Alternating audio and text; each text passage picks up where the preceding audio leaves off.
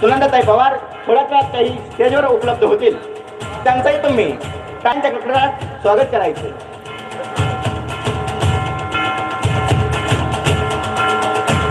ताईंचंही आगमन झालेलं आहे, तर तुम्ही टाळ्यांच्या कडकडाट त्यांचं स्वागत करत आहे. ज्यांचे तुम्ही खूप वेळात वेळ देऊन असे उपलब्ध असणारे माननीय डॉक्टर स्वागत करतात. अवधी सकाळपासून आपल्या श्रीराम मंगल कार्यालयामध्ये ट्रीटमेंट देण्याचं काम चालू आहे. म्हणजे या अँटीबायोटिकच्या जमान्यामध्ये तुम्ही जीवन जगत असताना त्याच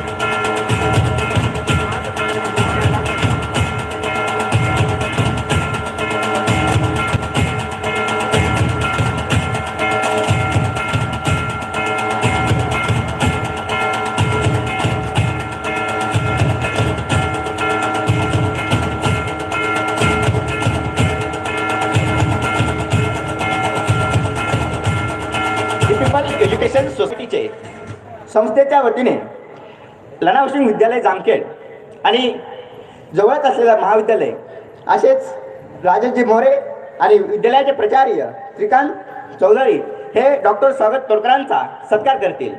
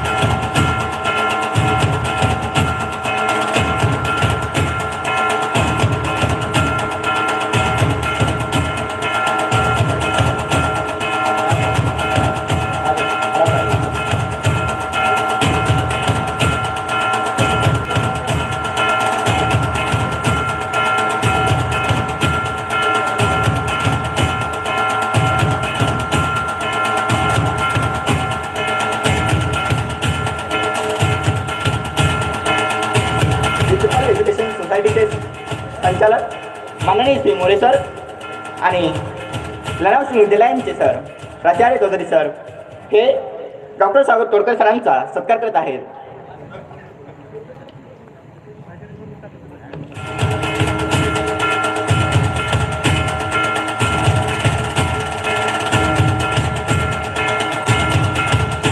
सुस्वागतम सुस्वागतम सुस्वागतम.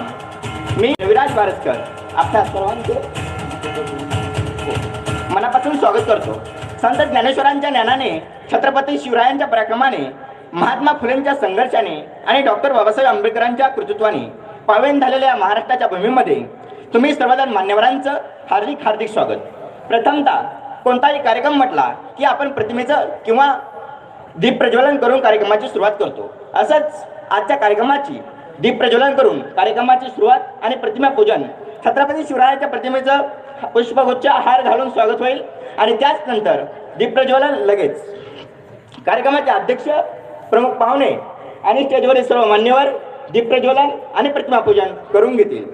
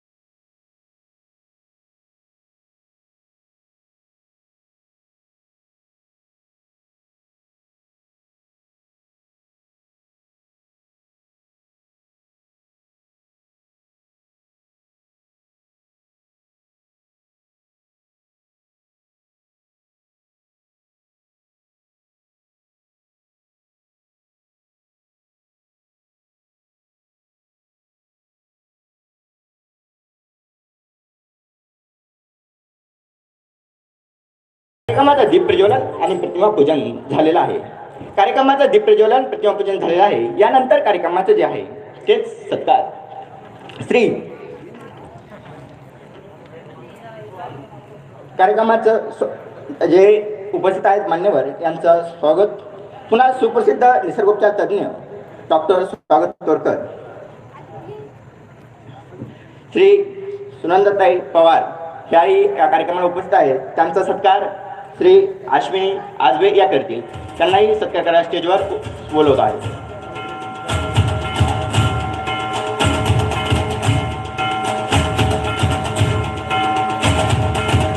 त्यांचा सत्कार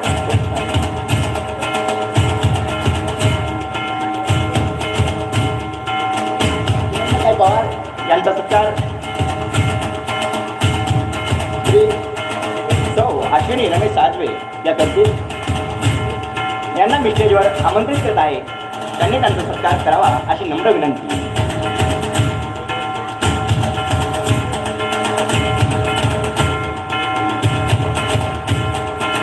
सुनंदाताई पवार यांचा सत्कार आणि अश्विनी रमेश आजबे या सत्कार स्वीकार श्री सुनंदाताई पवार सर्व स्टेजवरील मान्यवर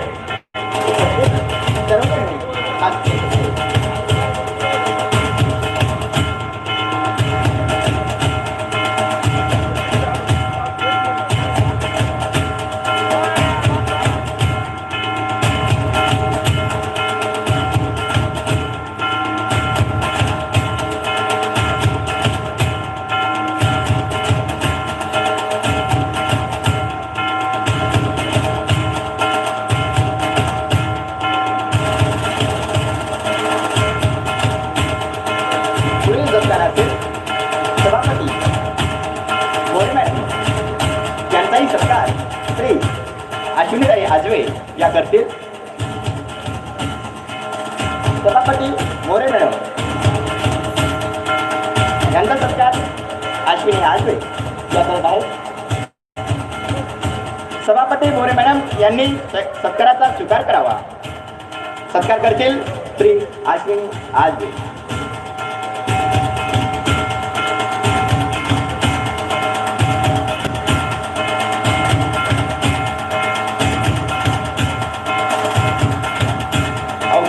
होणार आहे. त्यानंतर मूळ कार्यक्रमाला सुरुवात होणार आहे. तुम्ही सर्वजण वेळेची वाट बघत आहात अशी माननीय श्री निसर्गोपचार डॉक्टर स्वागत तोडकर यांचं विराट वेळ मिळाले आहे. तेही त्यांचा अनमूल्य वेळ खर्च करून आले आहे. त्या वेळाला आपण साथ देऊन त्यांचा सत्कार झालेला आहे. त्याचबरोबर श्री सभापती मोरेगम यांचाही सत्कार होत आहे. तोही सत्कार श्री अश्विनी आज करत आहेत. पुढील सत्कार लवकरच होणार आहे.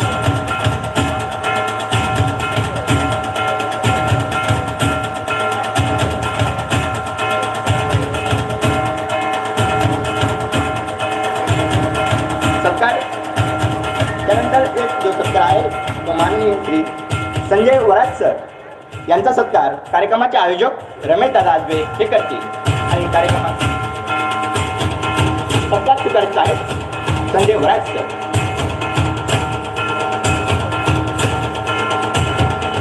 कार्यक्रमाचे आयोजक ज्यांनी 10 ते 15 दिवसापासून 15 तारखेपासून सांस्कृतिक कार्यक्रम म्हणजेच हळदी कुंकाचा कार्यक्रम हा सो अश्विनीताई आजबे त्या करत आहेत. तोही कार्यक्रम झालेला आहे आणि आज सकाळपासून असे आपल्यामध्ये उपलब्ध आहेत असे डॉक्टर स्वागत तोडकर ज्यांनी आपल्यावर निसर्ग उपचार तज्ज्ञ जे जे पेशंट आहेत त्यांच्यावर म्हणजेच त्यांच्या आजारावर एक उपचार म्हणून त्यांनी सांगितलेलं आहे. त्यांचं मार्गदर्शन तुम्ही वेळात वेळ देऊन ते आपल्यामध्ये उपस्थित आहे त्याबद्दल त्यांचं खूप खूप आपलं स्वागत. सुकलेला फुले सुगंध देऊन जातात, सुकलेला फुले सुगंध देऊन जातात, गेलेले क्षण हे आठवणी देऊन जातात. काही माणसं शब्दातून जगण्याचा सार देऊन जातात तर काही माणसं जीवनातून विचारातून जीवनाला आधार देऊन जातात, विचारातून जीवनाला आधार देऊन देतात. असेच माननीय आदरणीय श्री डॉक्टर स्वागत तोडकर आज प्रथमतः मनोगत व्यक्त करण्यासाठी मी श्री सुनंदाताई पवार यांना स्टेजवर उपलब्ध करतो. त्यांनी त्यांचं मनोगत काही शब्दात बोलावं. श्री सुनंदाताई पवार.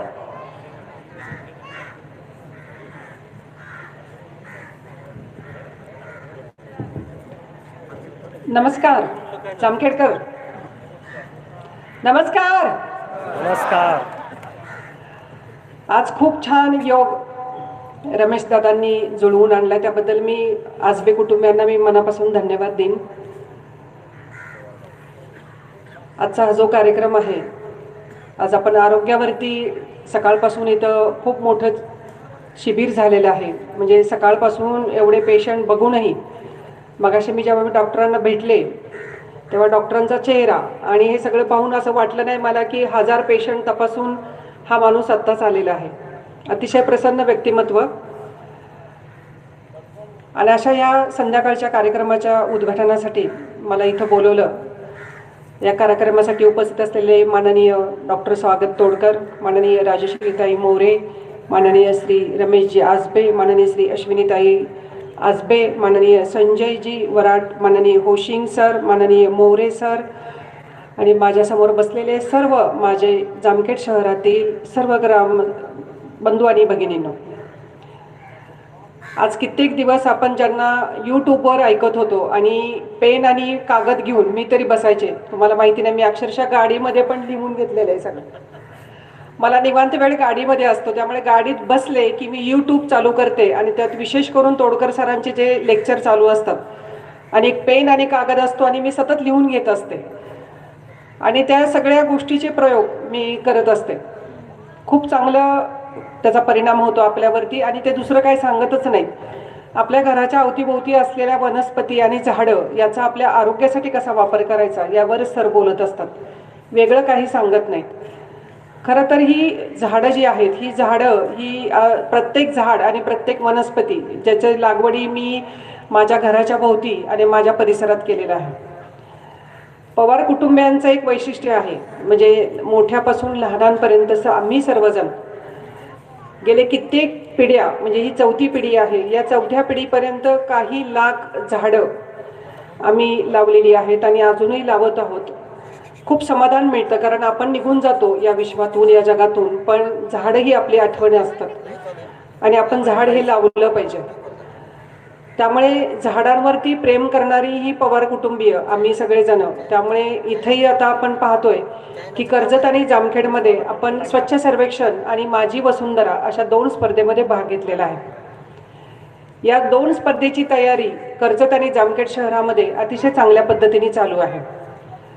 थोडी खंत रोहित दादांना आणि मला याची वाटते की कर्जत शहर थोडंसं ओव्हरटेक करून जामखेडवरून पुढे गेलेलं आहे. कर्जत शहराचं वैशिष्ट्य मी तुम्हाला सांगते की कर्जत शहरामध्ये जेव्हा माझ्या मीटिंग झाल्या, तुम्हाला माहिती आहे की 125 सभा मी दिवाळीच्या पूर्वी या दोन्ही शहरांमध्ये घेतल्या होत्या. आणि त्यावेळेला तुम्हाला मनापासून आवाहन केलं होतं की आपल्या कर्जत जामखेड शहराचा चेहरा मोहरा आपल्याला बदलायचा.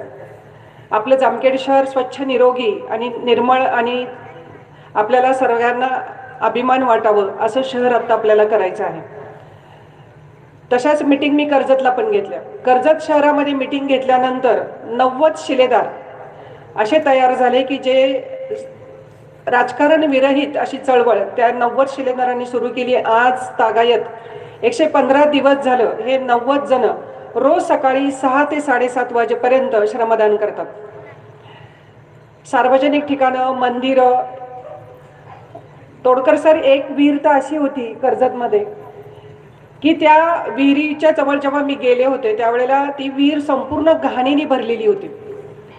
माझी तिथे मीटिंग झाली, तिथे एक माहेरवाशीण आल्या होत्या, त्या आजी होत्या आणि त्या आजी माझ्या जवळ आल्या माझी सभा संपल्यानंतर आणि त्यांनी मला सांगितलं की ताई, मी जेव्हा लहान होते, माझं माहेर आहे कर्जत, त्यावेळेला या विहिरीतलं पाणी, चण्याची डाळ, तुरीची डाळ खूप चांगली शिजते, इतकं सुंदर पाणी या विहिरीचं, लोक इथून डाळी शिजवायसाठी पाणी घेऊन जायचे. इतकं सुंदर आणि स्वच्छ पाणी या विहिरीचं होतं.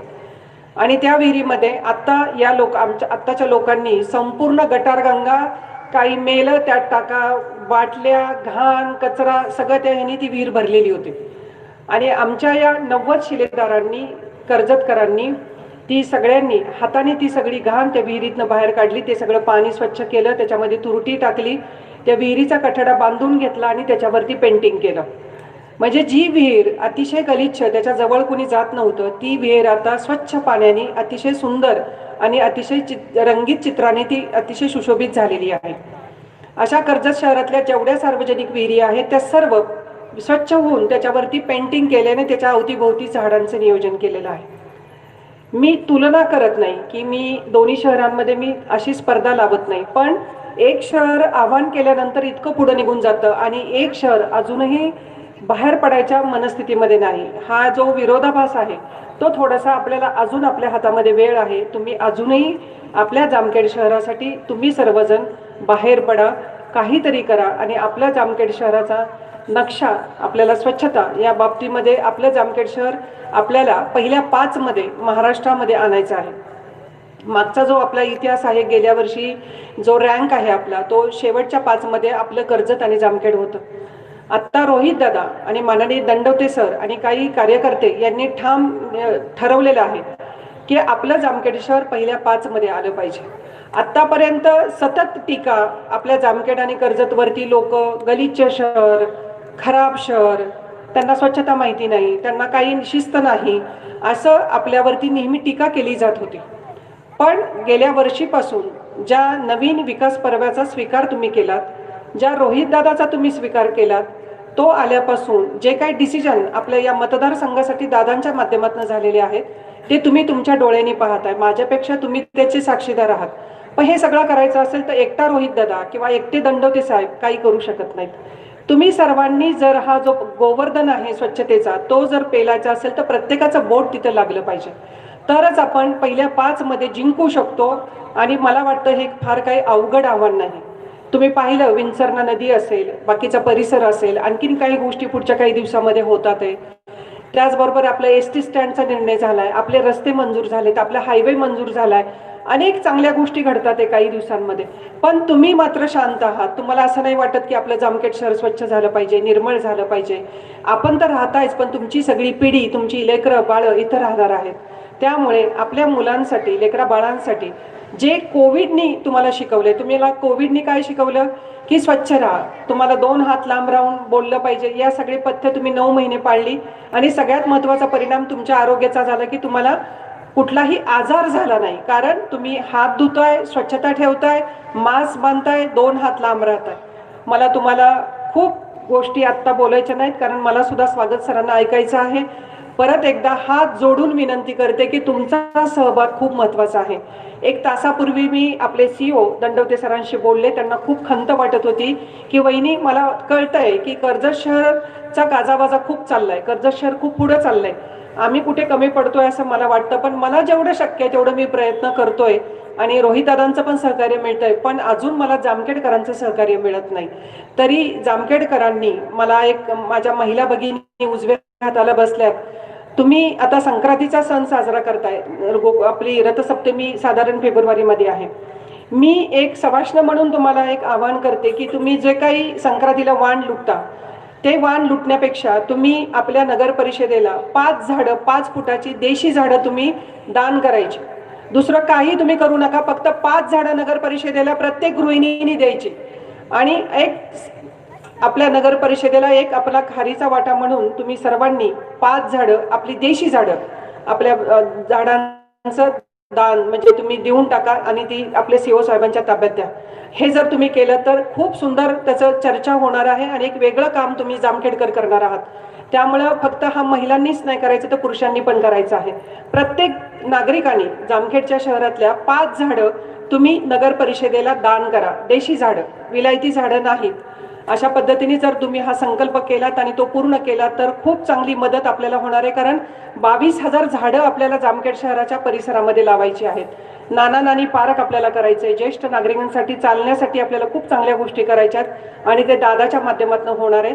पण तुम्ही सर्वांनी या स्वच्छ सर्वेक्षण स्पर्धेसाठी, माझी वसुंधरेसाठी अतिशय मनापासून साथ द्या, मागे राहू नका. आपलं जामखेड शहर नक्की पहिल्या 5 मध्ये आल्याशिवाय राहणार नाही. कारण गेल्या 15 दिवसामध्ये जो बदल होतोय आपल्या शहरामध्ये, तो तुम्ही मला वाटतं महिन्यापासून ट्रॅफिक असेल, अतिक्रमण असेल, मंडईमधली व्यवस्था असेल, या बाबतीमध्ये अतिशय चांगले बदल आपल्या अधिकाऱ्यांनी, आपल्या सीओ साहेबांनी केलेले आहेत. म्हणून परत एकदा तुम्हा सर्वांना नवीन वर्षाच्या शुभेच्छा देते, संक्रांतीच्या शुभेच्छा देते. आणि महिलांनी मात्र जे काही मी सांगितले ते प्लीज तुम्ही करा आणि आपल्या नगर परिषदेला 5 झाडं तुम्ही दान करा. परत एकदा रमेश आजबे सर, तुमचं करावं तेवढं कौतुक थोडंच आहे. ज्या पद्धतीने तुम्ही कामं करताय, तुमचा वॉर्ड जे काही परिसर आहे त्या परिसरातले रस्ते असतील, लाईटच्या व्यवस्था असतील, नागरिकांनी ज्या ज्या अडचणी तुम्हाला सांगितल्या त्या त्या अडचणी तुम्ही अगदी मनापासून सोडवत आहात, त्याबद्दल तुमचं मनापासून कौतुक. त्याचबरोबर तोडकर सर, तुम्ही आमच्या जामखेड सारख्या शहरात अगदी ग्रामीण 20,000 लोकवस्तीचं, 25,000 लोकवस्तीचं हे आमचं शहर आहे. आत्ताशी आमचं शहर थोडं कात टाकू पाहतंय, एका वेगळ्या ह्याच्यामध्ये आम्ही प्रवेश करतोय आणि त्यातला पहिला टप्पा आहे आमचा, ते म्हणजे प्लास्टिक मुक्त जामखेड हा एक संकल्प आता आम्ही राबवतोय. आणि 22,000 झाडांचं लागवड आपल्याला जामखेड शहरामध्ये करायचं आहे. त्यामुळे तोडकर सर, मी सुद्धा तुमचं जामखेड शहराच्या वतीनं मनापासून स्वागत करते. सकाळपासून पेशंट बघितलेत, विशेष करून आमचा महिला वर्ग 25, 30, 40 वर्षाच्या भगिनी आमच्या झाल्या. इथे बालविवाहाचं प्रमाण जास्त आहे. 15 आणि 16 वर्षाच्या मुलीचं इथं लग्न होतं. 20-22व्या वर्षी ती 2 मुलाची आई होते आणि जेव्हा ती 35 आणि 40ला पोचते तेव्हा तिची पाठ आणि कंबर पूर्ण गेलेली असते. आमचे गुडघे, पाठ, कंबर या बाबतीमध्ये जामखेडच्या महिलांचे प्रश्न, मला वाटतं मी बोलते ते खरं आहे ना, तर त्या बाबतीत स्वागत सरांनी आम्हाला मदत करावी, मार्गदर्शन करावं, याबद्दल मी त्यांना विनंती करते आणि थांबते. धन्यवाद.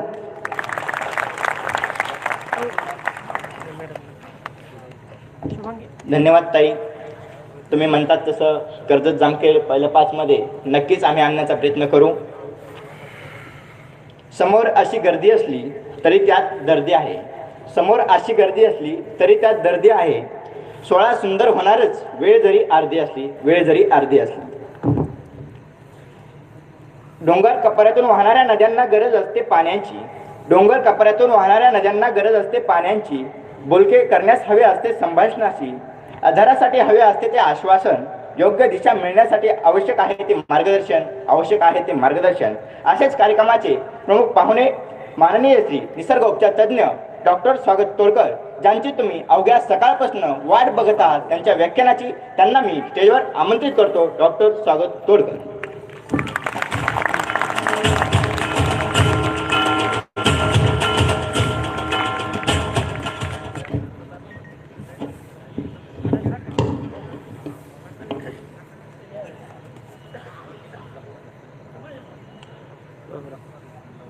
नमस्कार जामखेड.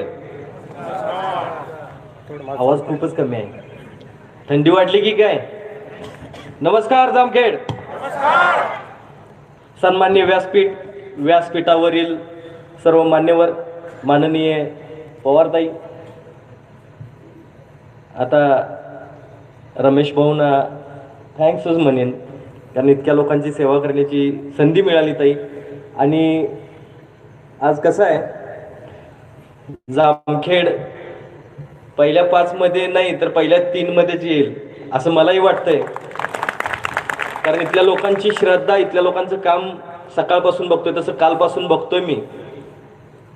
मला असं वाटलं नाही, मी फर्स्ट टाइम पहिल्यांदाच आलो इकडं जामखेडला, पण मला असं वाटलं नाही की आपण कुठल्या तरी एखाद्या, तुम्ही म्हटलात की घाणेरड्या आणि ह्या सवयीनी घाणेरड्या गल्ल्या, तर तसं काहीच दिसलं नाही, तसं काहीच वाटलं नाही. बरीच सुधारणा दिसली. मी सगळा महाराष्ट्र फिरलोय, बऱ्याच ठिकाणी गेलोय, आणि सुरुवात जर असेल तर मी खरंच खूप स्वतःला भाग्यवान समजेन. कारण रमेश भाऊनी सुरुवात केली ते स्वतःपासून, स्वतःच्या आरोग्यापासून आणि जामखेडकरांच्या आरोग्यापासून सुरुवात केली. त्यामुळे पहिल्या 3 मध्ये, 2 मध्ये आणि पहिलाच का नाही असंही मला वाटतंय, पहिला सुद्धा येईल. आणि त्या ह्याच्यात जर सांगायचं गेलं तर रोहित दादांच्या बद्दल खूप ताई ऐकलंय, भेटण्याची इच्छा आहे. मला एकदा भेटायचंच आहे त्यांनाही. कारण मी म्हणतोय, मी काय कुठला पक्ष जास्त मानत नाही किंवा मला तसं काय हे नाही, पण मी पहिला माणूस असा बघितला की विरोधी पक्षातले सुद्धा लोक म्हणतात की रोहित दादा ह्या जामखेडला मिळालेलं वरदान आहे. म्हणजे जे मी ऐकलंय तर खरंच रोहित दादांना भेटायची फार इच्छा आणि फार उत्सुकता मला लागली. जसं तुम्ही ताई गाडीमध्ये लिहून घेत होतात माझं, तर तसं खूप दिवस झालं मी रोहित दादांच्याबद्दल ऐकत होतो, मला भेटायचं होतं. पण माझं भाग्य एवढं मोठं आहे की रोहित दादा ज्या मातेच्या पोटी जन्माला आले, ज्या जिजाऊच्या पोटी जन्माला आले, त्या जिजाऊचं दर्शन आज मला घेण्याचं भाग्य मिळालं. ताई, तुम्हाला मी नतमस्तक आहे. कारण शिवाजी महाराज घडले ते जिजाऊंच्यामुळं, तसं तुम्हीही मला खरंच जिजाऊ दिसली तुमच्यात. आणि तुम्हाला ताई माझ्याकडून, माझ्या कोल्हापूरकडून फार मोठा सलाम आहे. आणि माता भगिनींना पण सांगणं आहे की आपणही अशा पद्धतीनं आपल्या घरीही शिवाजी महाराज राहू दे जन्माला यायचं, पण जे कोण जन्माला मूलबाळ येईल, मुलगी असो मुलगा असो, त्याच्यात फरक करू नका.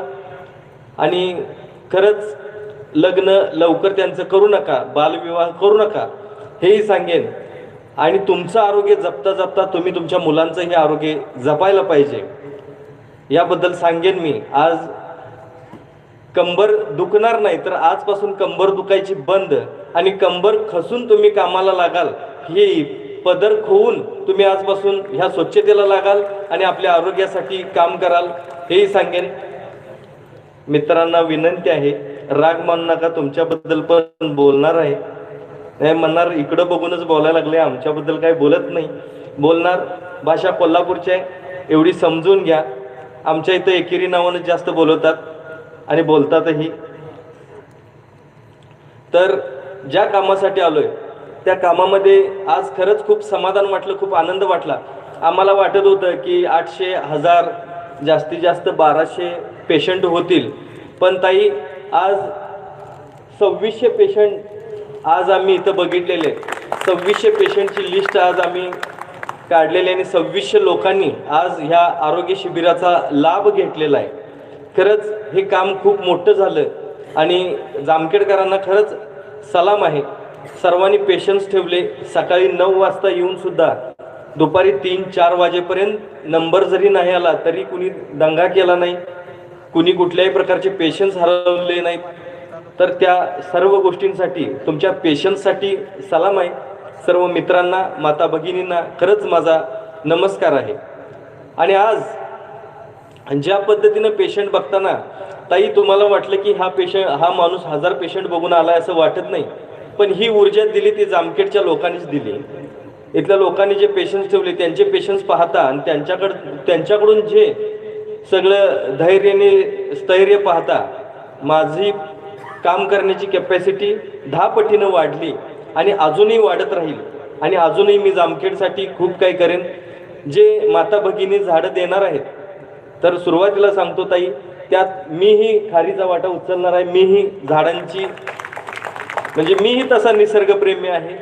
आणि जी वनस्पती, जी झाडं तुम्हाला बघायला मिळणार नाही, अशी आरोग्यासाठी लाभदायक असणारी जी वनस्पती आहे, जी झाड आहेत, ती मी ह्या जामखेडमध्ये फुल ना फुलाची पाकळी म्हणून थोडी का असेना देणार आहे.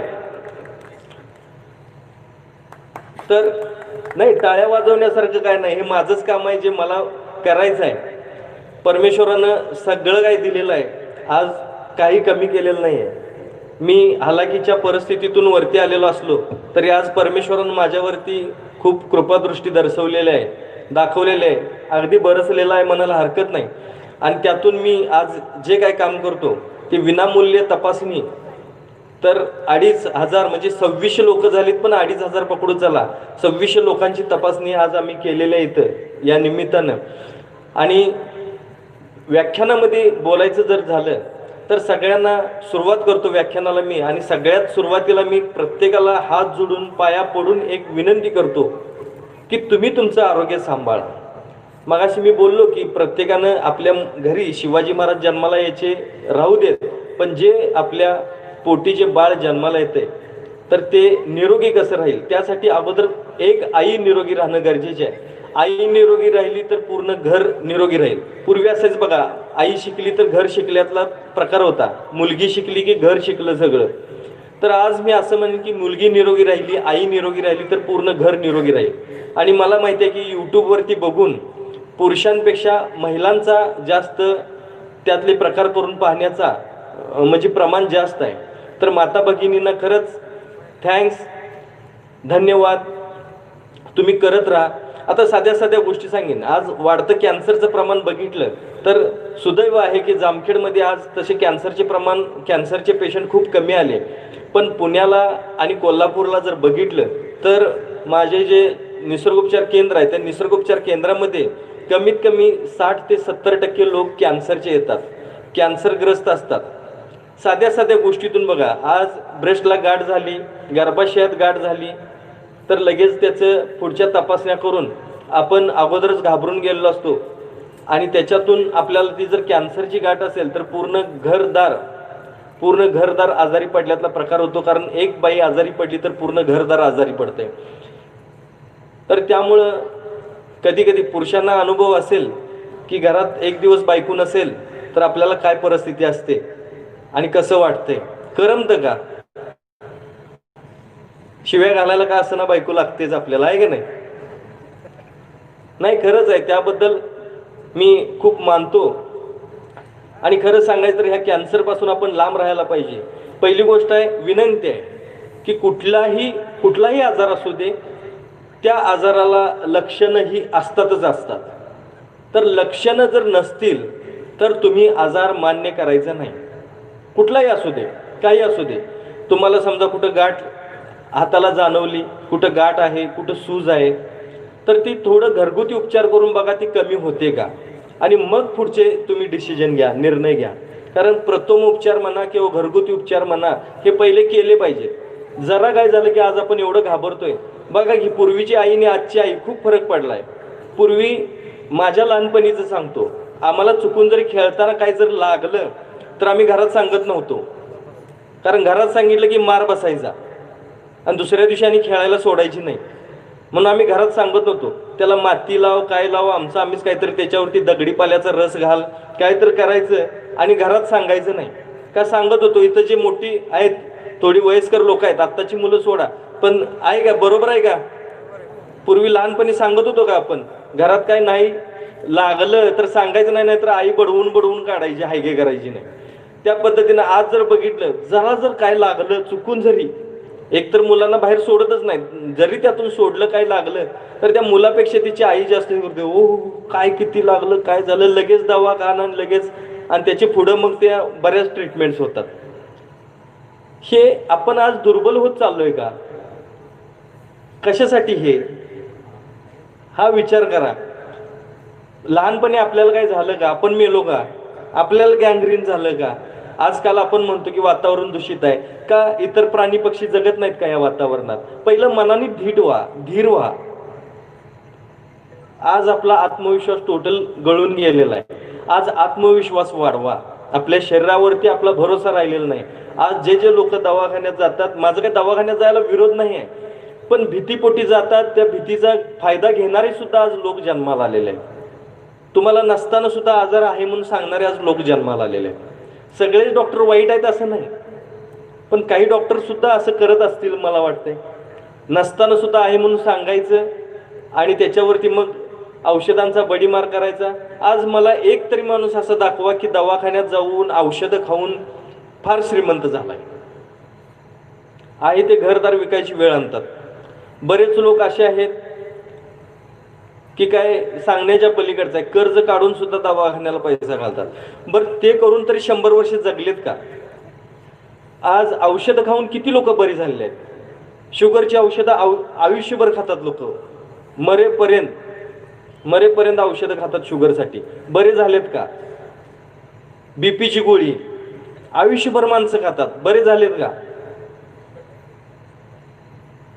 मला दुर्दैव वाटतंय की जे आपल्या खरं तर पूर्वजांचे खूप उपकार आहेत, त्यांनी जे आपल्याकडे जे आपल्याला लिहून ठेवलंय, खरं तर ज्या पद्धतीने तुकाराम महाराजांनी गाथा लिहिली, ज्या पद्धतीनं ज्ञानेश्वर महाराजांनी ज्ञानेश्वरी लिहून ठेवली, त्या पद्धतीनं आपल्या पूर्वीच्या ऋषीमुनींनी आपल्या आरोग्यासाठी खूप काही वनस्पतींची माहिती लिहून ठेवली.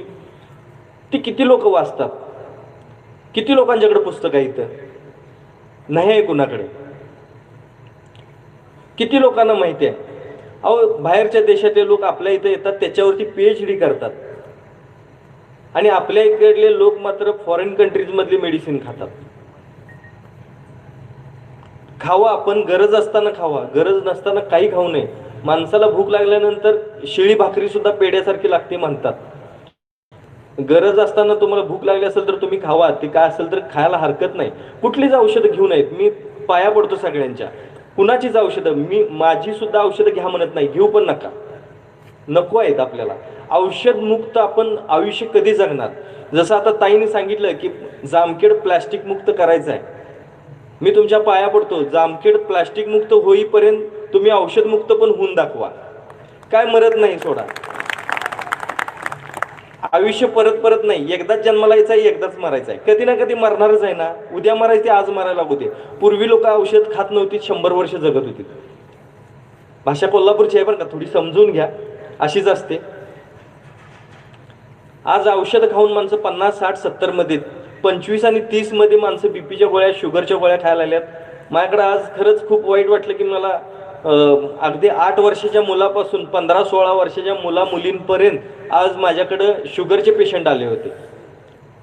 टाईप 1 शुगर आहे, असं आहे, इन्शुलिन घेते, अमुक करते, तमुक करते, सगळ्या गोष्टी बरोबर आहेत. पूर्वी कुठं होतं सगळ्या या गोष्टी? पूर्वी किती लोकांना इन्शुलिन घ्यायला लागायचं. ते वाईट आहे असं नाही आहे, चांगलं आहे, पण गरज असताना घ्या. खूप लोकांना, मुलांना खेळायला देत नाही, त्यांचा व्यायाम होत नाही. मग लहानपणी आम्ही खेळायसाठी काय कितीही काम करायचं, शेतात काम करायचं, आई सांगेल ते काम करायचं, आणि मग आम्ही तिथून पुढं खेळायला जायचं. इतकं जरी समजा, आज ताई तुम्ही म्हणालात की 1000 पेशंट बघून आलेला माणूस हा वाटत नाही. लहानपणापासून असाच आहे. लहानपणी काम करायचं आणि मग खेळायला जायचं, आईने सवय लावलेली होती. हे एवढं काम करणे मग खेळायला जा. आज तसंच आहे. हे व्याख्यान म्हणजे आवडता विषय. आधी मला ते काम लावलं आणि मग मी इकडं व्याख्यानाला आलो. मग ते केलं, मला व्याख्यानाला जायचं म्हटल्यानंतर डबल एनर्जी येते. कारण माता भगिनी असतात ऐकायला, आणि फक्त ऐकून सोडत नाही तर त्यातले इलाज करत असतात. मित्रांना पण विनंती आहे, खरंच आयुष्य परत नाही. आपण म्हणतो मर्द मराठा, मर्द मावळा, आपण मर्द म्हणतो, पण सगळ्यात जास्त आपण भितो, लक्षात घ्या. आणि तेही आजारांना. कशासाठी? काय घाबरायची गरज आहे? कुठल्याही आजाराला घाबरू नका, कितीही काही असू दे. बघा, वाघ जरी समोरून आला आणि आपण जर हल्लो नाही तर तो परत जातो. तुम्ही बघा कधीतरी.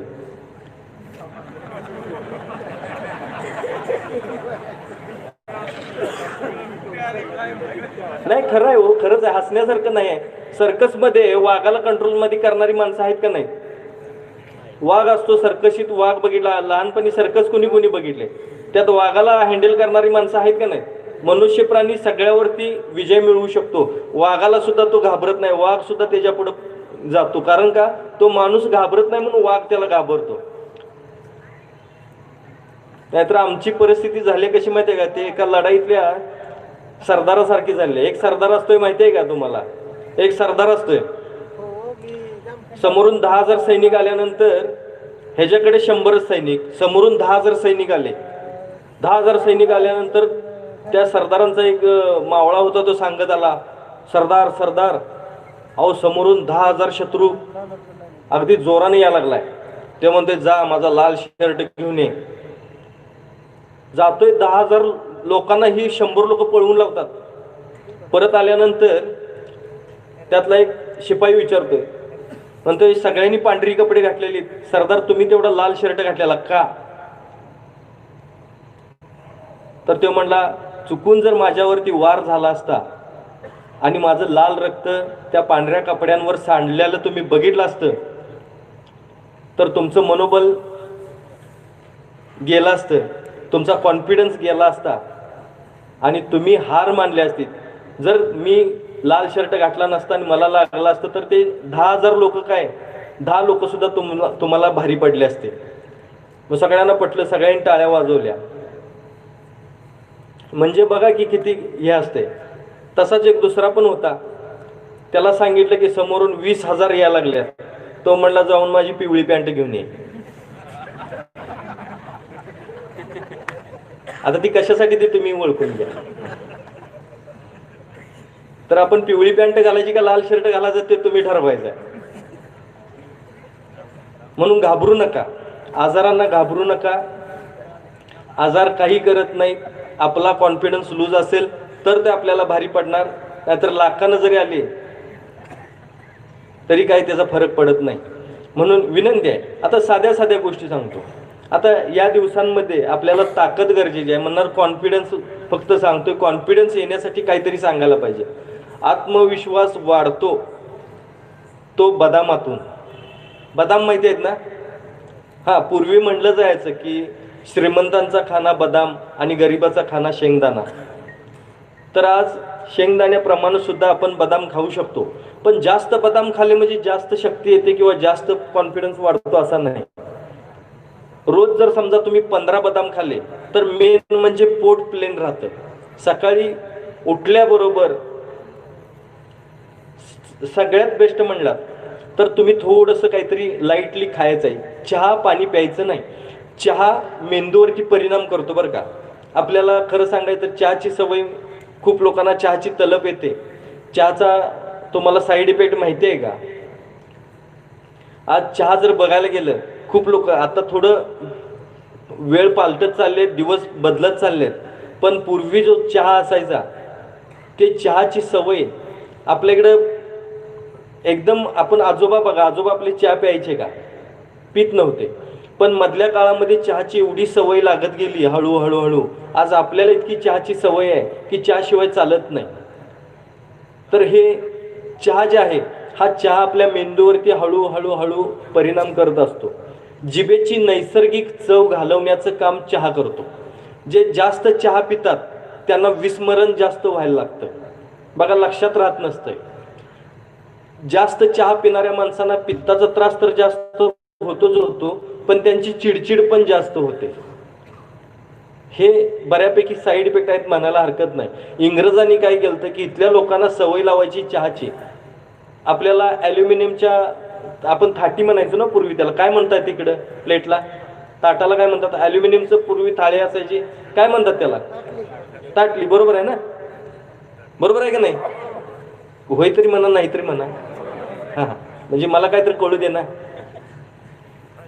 तर त्याच्यात जेवायला वाढायची माहिती आहे. कैद्यांना आज पण बघा की त्या ॲल्युमिनियमच्या भांड्यामध्ये जेवायला देतात, कारण ॲल्युमिनियममुळं आपल्या मेंदूवरती परिणाम होतो. आज आपण शिजवतो ॲल्युमिनियमच्या भांड्यातच, तर ॲल्युमिनियमच्या भांड्यामध्ये शिजवणं बंद करा. बऱ्याच प्रकारे आपल्याला त्याचा तोटा आहे. त्या पद्धतीने चहाची सवय इंग्रजांनी लावली होती, तर चहामुळे सुद्धा नैसर्गिक चव जाणे, म्हणजे काय खायला घालतात काही कळलं नाही पाहिजे अशा पद्धतीचं आपल्याला हळूहळू मेंदूकडून किंवा चिडचिड होणे.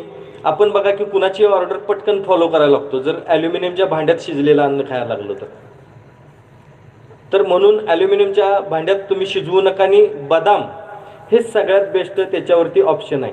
तुम्ही शक्यतो करून बदाम 15 बदाम जर खाल्ला तर पोट विकार, पोटाचे त्रास किंवा आत्मविश्वास वाढवण्याचं काम हे बदाम करते. चहा पाणी पिऊ नका, त्याच्या बदल्यात तुम्ही सकाळी अगदी रात्रीची शिळी आमटी आणि भात किंवा भाकरी जरी खाल्लात तरी भरपूर आहे. त्याच्यानंतर तुम्ही दुपारच्या वेळेत किंवा त्याच्यानंतर थोड्या वेळाने जर 15 बदाम जर खाल्लात तर तुमचा आत्मविश्वास वाढायला लागतो. हे जे बदाम आहेत ते खूप लोक बघा पाण्यात भिजत घालतात रात्री, सकाळी उठून तिची सालं काढतात आणि मग खातात. तर असं न खाता तुम्ही दुधात भिजवून खायचे. बदाम जे आहेत हे दुधात भिजवून खाल्ले तर लहान मुलांना बुद्धीसाठी सगळ्यात बेस्ट औषध ते आहे म्हणायला हरकत नाही. लहान मुलांना अगदी लहानातलं लहान जर असेल तर बदाम उगाळून त्याला पेस्ट चारा बरं का, दुधात उगाळायची. बघा की पूर्वी असायचं बदाम उगाळून चारायचे ना लहान मुलांना सुद्धा, तर लहान मुलांना जर चारला तर त्यांची हाडं मजबूत होतात, त्यांची बुद्धी स्ट्रॉंग होते, म्हणजे स्मरणशक्ती खूप चांगली राहते.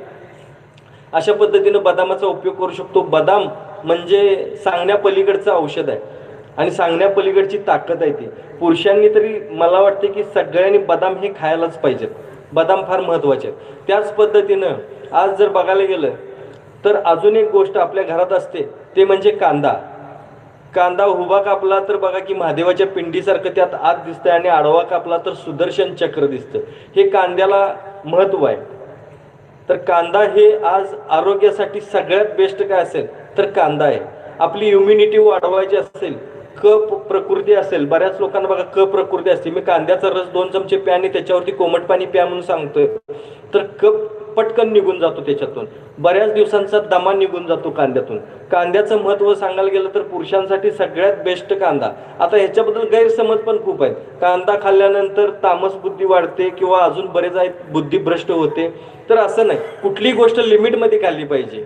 आज कांदा जर समजा आपल्या जेवणात असेल, पूर्वी बघा दही कांदा वगैरे असायचा किंवा बऱ्याच लोकांना कांदा म्हणजे जेवणात हा कांदा वापरलाच जायचा. तर कांद्याचा उपयोग एवढा आहे की कांदा जर तुम्ही खाल्लात तर तुम्हाला कुठल्याही प्रकारचा आजार होऊ शकत नाही. मेन म्हणजे तुमची इम्युनिटी एवढी वाढत राहते कांद्यातून की तुम्हाला कुठलाही आजार टच करू शकत नाही.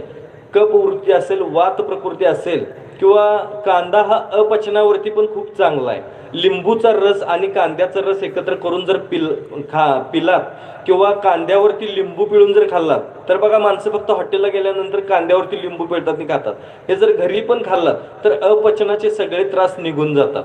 कांदा लिंबू म्हणजे खरंच अगदी ब्रह्मपंक्तीला कांदा लिंबू वापरला जायचा, लोणचं वापरलं जायचं. लोणचंही खायला हरकत नाही तुम्ही, त्याच्यातून सुद्धा पचनशक्ती चांगली राहते. आता सगळ्यात महत्त्वाचं सांगायचं म्हटलं तर सगळ्यात मोठं औषध आहे ते हसणे. आजकाल लोक बिलकुल हसत नाहीत. मगाशी मी पिवळ्या पॅन्टीचा जोक मारला, विजारीचा जोक मारला तर कुणी हसले नाहीत. का कुणास ठाऊक. त्यामुळे मुखदुर्गंधीचा त्रास खूप होतोय. हसा नाही तर बघा. हा, तर खूप लोक असतात की हसत नाहीत. बरेच लोक बघा की नुसतं का कुणास ठाऊक. म्हणजे कुठल्याही गोष्टीवरती आपल्याला जोक होऊ शकतो, कुठल्याही गोष्टीवरती.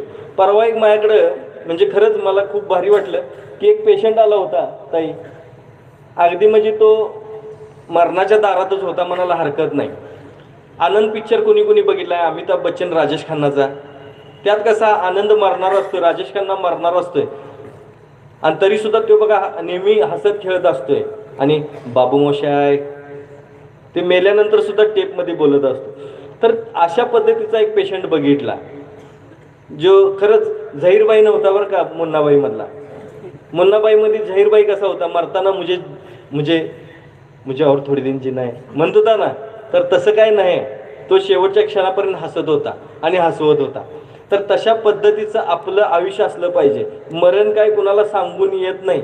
मरण्यासाठी काय आपल्याला आजारच व्हायला पाहिजेत असं काय नाही, किंवा मरण्यासाठी आपल्याला काय कुठला आजार व्हायला पाहिजे किंवा कुठं काय ऍक्सिडेंटच व्हायला पाहिजे असं काय नाही, माणूस ठेच लागून सुद्धा मरतोय. आता जीवन गेला माझ्याजवळ म्हणतात तोवर मेला, असं खूप गोष्टी असतात. मरणाऱ्या लोकांना सुद्धा म्हणजे मरणाऱ्याचं काय नसतंय, पण मेल्यानंतर जी बाकीची लोक असतात ना त्यांचं कौतुक करण्यासारखं असतंय बघा. खेडेगावात जर असेल तर बाई गल्लीच्या टोकासनच बोंब ठोकत येते, त्याला शाळेचा पत्ता माहित नसतंय, पण काय हे माझ्या वकिला कुठं होतास र तू, आणि ज्याच्यातला मेलेला असते तुमच्या घरला आल्यात काय, जाऊन बघ जा की मग आल्यात का नाही. परवा तुमच्याकडे येतो म्हणलेलं नौका, आणि काय झालं माहित नाही का, ते मेले ना. असं कसं झालं, आता असं कसं झालं, मी मेले होता असं कसं होणार. ती बोलवा येणाऱ्यांची एक गंमत असते बघा. अहो काय झालं हे, मेले माहिती आणि काय झालं. अहो परवा तर चांगले होते की, मग आता ते काय वाट बघल का तुला नोटीस देईल मी मरणार आहे म्हणून. काय नाही, उगाच आपलं काही चाललेलं असतं. म्हणजे जशी सवय असते ना, माणसाची सवय असते बघा. कोणतरी जेवायला बसलाय, काय जेवताय वाटतंय, आता ताट पुढ्यात घेऊन काय करत असणार आहे, काय वेगळं काय करणार आहे का, खेळत बसणार आहे का त्यात, ते काय कॅरम आहे का त्याच्यावर बाबा खेळत बसले म्हणायला, ही वाटी त्या वाटीवर मारत, भाकरी पुढ्यात आहे भात पुढ्यात आहे, काय जेवणारच ना ते. माहिती असतंय बाई शेताला निघाली आहे, काय शेताला वाटतंय, नाही तिकडे मशानभूमीत निघाल्या जातोच. म्हणजे एवढे विचित्र प्रकार असतात, ते आपण बघायला पाहिजे. खरं साध्या साध्या गोष्टीतून सुद्धा आपण हसायला शिकतोय. एखादा बसलाय निवांत बसलेला असतो, काय निवांत बसलाय वाटतंय, नाही त्याला मूळव्याध झालंय, तू जा.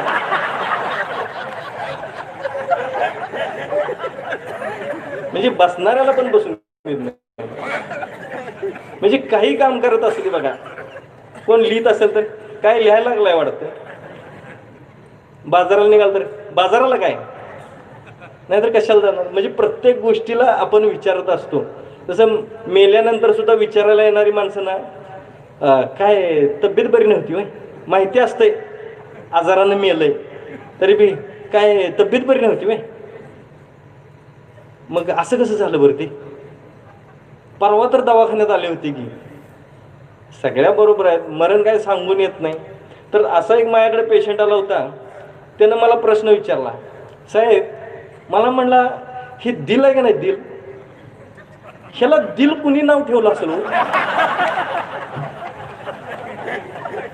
तिथे त्या ओपीडीत मला केस उपटायची वेळ आली, हे दिल आहे का नाही दिल, त्याला दिल कुणी नाव ठेवलं असेल हो. मला मी म्हणलो होय की, खरंच आहे की, त्याला कुणी नाव ठेवलं असेल हो दिल. मला काय माहिती बाबा म्हणलं, नाही एवढं तुमच्याकडे इलाज होतं, ह्याला काहीतरी म्हणलं असेल, सांगाय कोण म्हणलं असेल. अरे जे कोण पहिला म्हणलं असेल ते म्हणलं असेल, नाही त्याला दिलच कसं आठवलं असेल, त्याला दिलच म्हणावं असं का वाटलं असेल. मग आता काय म्हणाल म्हणलं, दिल म्हणलं चड्डी का म्हणलं नसेल. माझ्या डोक्यात पटकन विचार आला, आईला म्हणलं दिलाला जर चड्डी नाव असतं तर हमारा दिल आपके पास आहे त्याचं नाव काय झालं असतं.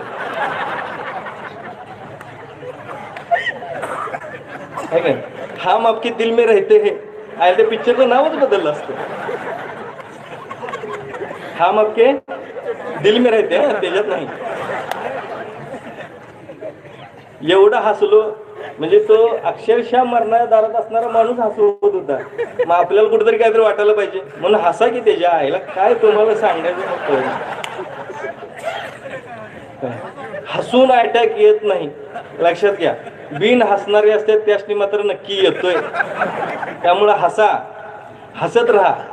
प्रत्येक क्षण जगलो पाहिजे. आपल्याला माहीत नाही कधी मरणार, माहीत नाही. जे माहीत नाही त्याच्याबद्दलच क्युरियोसिटी जास्त आहे माणसांना. असावी, पण ते कशाबद्दल, ज्याची गरज आहे त्याची असावी. हे मरण म्हणजे प्रत्येकाला फिक्स आहे, कधी कुणाला चुकलेलं नाही. नाहीतर मग लक्षात घ्या की मेल्यानंतर आजारानं जर मेलं तर त्याला बोलवायला, त्यांच्या घरच्या लोकांना बोलवायला येणारी, विचारायला येणारी माणसं खूप कमी असतात. अचानक मेलं की माणसाला कसं असते बघा, पटकन प्रत्येकाच्या जीवाला लागतंय की नाही. अचानक मेला तर विनंती आहे, हसत राहा, आनंदात राहा. आनंद वाटल्यानंतर वाढतो, दुःख वाटल्यानंतर दुःख वाढतंय. काय वाटायचं हे आपण ठरवायचं आहे. प्रत्येक गोष्ट आपल्याजवळ आहे. आज प्रत्येकाला सांगतो, आज इकडं कंबरदुखीचा त्रास मला सांगितला की ताई म्हणाल्या कंबरदुखीचा त्रास आहे, कमी वयात लग्न होतात, 22-23 वर्षात त्या मुली 2-2 मुलाच्या आई झालेल्या असतात आणि 35-40 येईपर्यंत त्यांची कंबर पूर्ण गेलेली असते. तर आजपासून लक्षात ठेवा, कंबर दुखण्याचं सगळ्यात मोठं कारण आहे लूज कॉन्फिडन्स. कंबर दुखण्याचं सगळ्यात मोठं कारण आहे अशक्तपणा, विकनेस. आज माता भगिनींना विकनेस जास्त आहे, रक्त कमी आहे, अमुक आहे, तमुक आहे, हे आहे, ते आहे आणि सिझरचं प्रमाण जास्त आहे. आज नॉर्मल डिलिव्हरी खूप कमीच होते. तर नॉर्मल डिलिव्हरीसाठी मला खरंच मुंबईमधल्या एका माझ्या मित्राची आठवण येते. माझा मित्रच म्हणेन मी त्याला, तुम्ही बघितलं असेल यूट्यूबवरती. तर त्यांनी काय केलं होतं की आपल्या मुलगीला, म्हणजे तिचं वजन कमी होतं आणि तिला ट्विन्स होते, जुळे होते तिला. डॉक्टरनी सांगितलेलं की सीझर शिवाय पर्याय नाही. तर त्यांनी सगळे दागदागिने घालून, पैंजण, बांगड्या, गळ्यात, जिथले तिथं सगळे, म्हणजे भारतीय संस्कृतीमध्ये जे जे दागिने सांगितलेले आहेत ते सगळे दागिने घातले होते. आणि ते सगळे दागिने घातल्यानंतर जुळे असून सुद्धा त्या मुलगीची डिलिव्हरी नॉर्मल झाली. आज दोन्ही मुलं आणि ती मुलगी दोन्ही सुखरूप आहेत, व्यवस्थित आहेत. ही उदाहरणं मला लोकांनी येऊन सांगितलेले आहेत की अशा अशा गोष्टीमुळं. तर तुम्ही ते करून बघा, नक्कीच तुम्हाला त्याचा गुण येईल, नक्कीच तुम्हाला त्याचा रिझल्ट येईल. आणि खरंच सांगा, तुम्हाला कुणाला आवडतं दवाखान्यात जाऊन सारखं सारखं राहणं, ते सारखं सारखं आजारी पडणं? कुणाला आवडतंय? कुणालाही आवडत नाही. म्हणून हसत खेळत राहा, आनंदात राहा. मेल्यानंतर माणसांसुद्धा म्हणायला पाहिजे की हे बऱ्यापैकी चांगला माणूस होता, आयला प्रत्येक नेहमी हसत खेळत असायचा, इतरांना हसवत असायचा. नाहीतर काय काय लोक असतात बघा, काय त्याच्या पुढ्यात तबला ठेवलेला असते काही कळत नाही, हसताना मोठ्यानं हसा की, खळखळून हसा. तोंड कशासाठी दिले? नुसतं खाण्यासाठी आणि शिव्या देण्यासाठी नाही हो, हसण्यासाठी पण आहे. वास मारला तरी तोंड उघडत नाही बघा, वास मारला तरी. बायको परेशान घरात, काय ह्याचं तोंड बंद असते, आलं की काय कळत नाही, घरात काय बोलत नाही. मग बायको पण चहा देतात, घोटा या. आणि तोंडातले तोबरे असतात त्यांचं तरी बघायलाच मग.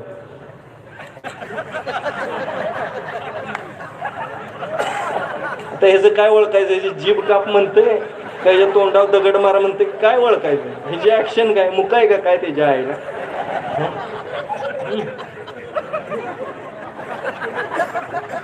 पण त्या तोवर ह्याचं पडलं.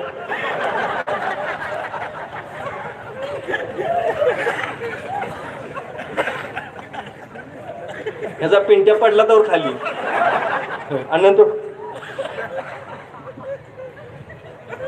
आता बायको पायटाना नाहणार नाही, तुझा सत्कारच करायला पाहिजे शाल श्रीफळ देऊन. तोबरा भरायचा, ह्याच्या तोंडात 2 बोट जायत नाही तेवढा ह्याचा जबडा उघडत नाही एवढंच.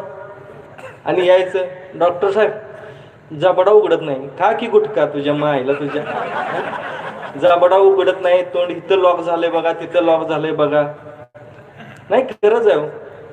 माता भगिनींना एक प्रश्न विचारायचा आहे, आवडतंय का हो तुम्हाला? खरं सांगा, हे चुकीचं आहे का नाही? पाया पडतो तुमच्या, खरं सांगा, चुकीचं आहे का नाही? बायकांनी जर मावानी गुटखा खाल्ला असता आणि जर घरात रंगवत बसल्या असत्या, तुम्ही घरातनं बाहेर हाकलले असते त्यासनी. नाहीतर संध्याकाळी गेल्यानंतर बायको अशी,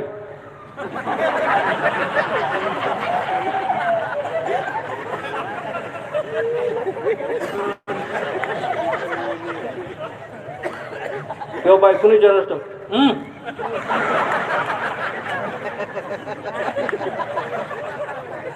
इथनं वरच कापली असती का नाही?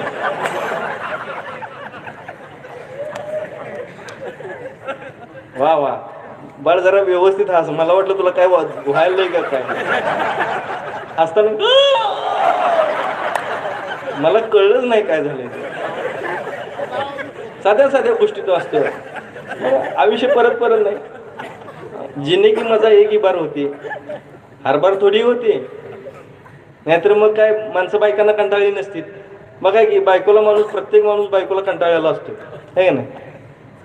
खूप असते. म्हणून तर नवरा बायकोवरचे जोक येतात. तर विचार करा, थोडा हसत राहा. विनोद असला पाहिजे, आयुष्याचा विनोद नाही झाला पाहिजे. तर व्यसन करू नका सारखं सारखं. खरंच खूप सांगण्या पलीकडच्या चुका आहेत. नैसर्गिक चव नाही, जिभेला चव नाही, तिखट खाऊ शकत नाही. बरोबर आहे का नाही? तिखट खाऊ शकतात का?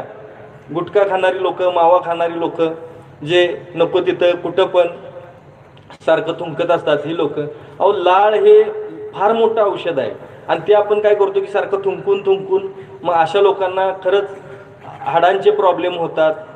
किरकोळ जरी पडलं तर बघा त्याचं लगेच हाड क्रॅक जातंय, फ्रॅक्चर जातंय. तर ह्याला कारण आहे ती की ही जी लाळ जी केली परमेश्वरानं ही थुंकण्यासाठी असती. तर तुला बाहेरच ग्रंथी बसवल्या नसत्या का देवानं? आत कशाला बसवल्या असत्या? आणि ते काय बेचव आहे का? अहो त्याच्यामुळं उलट जेवणाला चव आहे, जीवनाला त्याच्यामुळं अर्थ आहे. नाहीतर काय अर्थ नाही आहे साहेब. आयुष्याला अर्थ कुठल्याही प्रकारचा नाही आहे. तर तुम्ही खरंच नेहमी हसत खेळत राहा, आनंदात राहा. साध्या साध्या गोष्टी असतात. पूर्वीचे सण आत्ताचे सण किती फरक वाटतोय बघा की. पूर्वीच्या सणांसारखे सण वाटतात का आता हल्लीचे? आता हल्ली दिवाळी आली नाही गेली, कुणाला कळाली? यावर्षी दिवाळी कळाली कुणाला कळाली? पूर्वी बघा की दिवाळीचं किती हे असायचं. नवीन कपडे, फटाके, त्या फटाक्यातल्या त्या न उडलेल्या फटाक्यातली पावडर जमा करायची, त्यात वात लावायची, मातीत खेळायचं. होतं की नाही ते दिवस? आज आहेत का ते दिवस? आज आपल्या मुलांना सोडतो का खेळायला? आज आपण तसं करतो का?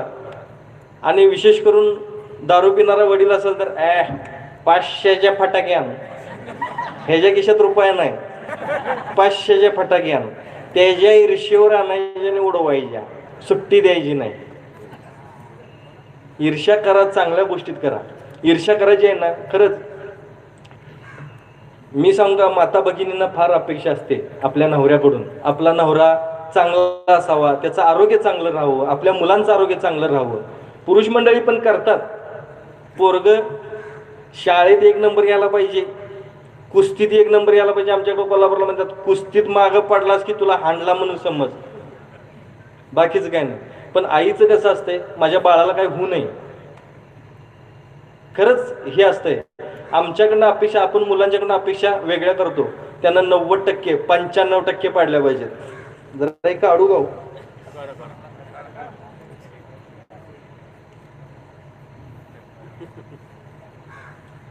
ओरिजिनल आहे तर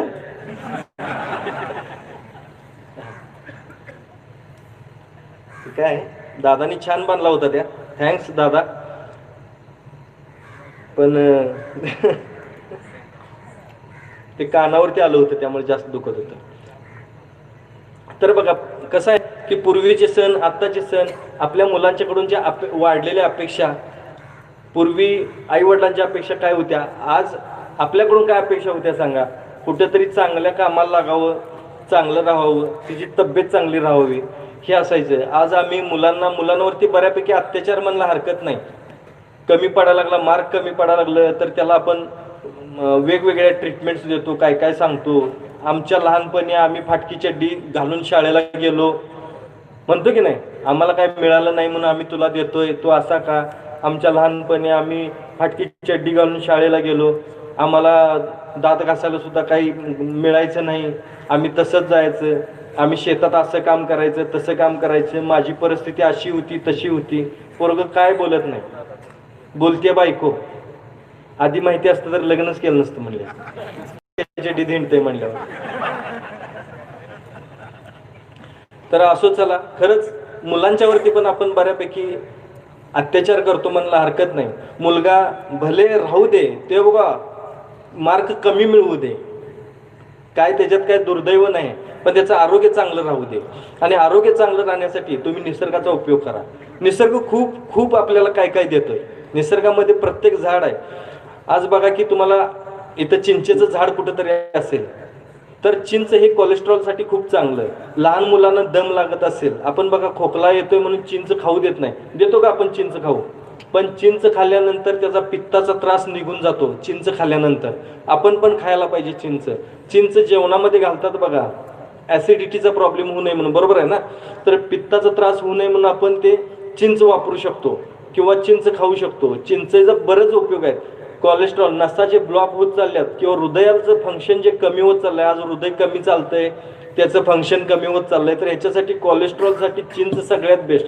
चिंचेचं जर कोळ करून तुम्ही जर पिलात म्हणजे अगदी अर्धा चमचा आणि त्याच्यावर जर गरम पाणी पिलात तर तुमच्या सगळे ब्लॉकेजेस निघून जातात, सगळ्या नसा मोकळ्या होतात, कोलेस्ट्रॉल सगळं निघून जातंय त्याच्यातून, कोलेस्ट्रॉल राहत नाही.